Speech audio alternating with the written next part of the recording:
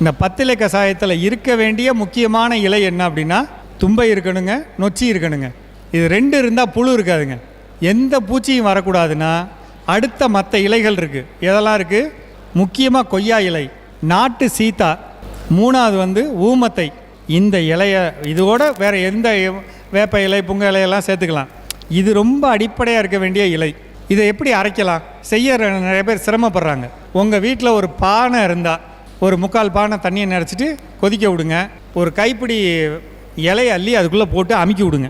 ஒரு 10 நிமிஷத்தில் பார்த்தீங்கன்னா அப்படியே நொதிச்சு போய் அப்படியே மிதக்கும். திருப்பி இன்னும் கொஞ்சம் தள்ளி உள்ளே போடுங்க, இன்னும் கொஞ்சம் தள்ளி உள்ளே போடுங்க. இப்படியே போட போட ஒரு குறிப்பிட்ட நேரத்தில் பார்த்திங்கன்னா ஒரு கஷாயம் மாதிரி ஆயிரும். இலை இருக்கும், கஷாயம் மாதிரி ஆகிடும். இந்த கஷாயத்தை நம்ம ட்ரம்மில் நம்ம போட்டு வைக்கிறோம் இல்லைங்களா? நான் என்ன சொல்லியிருக்கேன்? 100 லிட்டரு கோமியத்தோட 100 கிலோ இலையை கலங்க. 100 கிலோ இலைங்கிறது பார்க்க இவ்வளோ பெருசு இருக்கும். இதை தூக்கி அதுக்குள்ளே அமுக்க முடியாது. அப்போ அமுக்கணும்னா என்ன செய்யணும்? கொதிக்க வச்சு அமுக்கிடணும். சீக்கிரம் ரெடி ஆகும். ஒரு சில விவசாயிகள் என்ன பண்ணுறாங்க, இலையை கீழே போட்டு, முக்கியமாக பப்பாளி இலை மாதிரி இலையெல்லாம் கீழே போட்டு குச்சி எடுத்து அடிக்கிறது.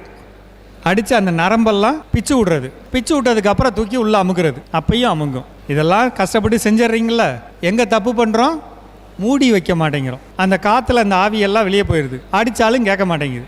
இதை மட்டும் கவனிங்க. இனிமேல் வர காலத்தில் டைட்டாக மூடி வச்சு செய்யுங்க. ரொம்ப குறைவான செலவு. உதாரணத்துக்கு 200 லிட்டர் நீங்கள் தயார் பண்ணால் வருஷம் ஃபுல்லாக அடிக்கலாங்க. அதை நீங்கள் யோசிச்சு பாருங்கள், செய்யுங்க. சரிங்களா?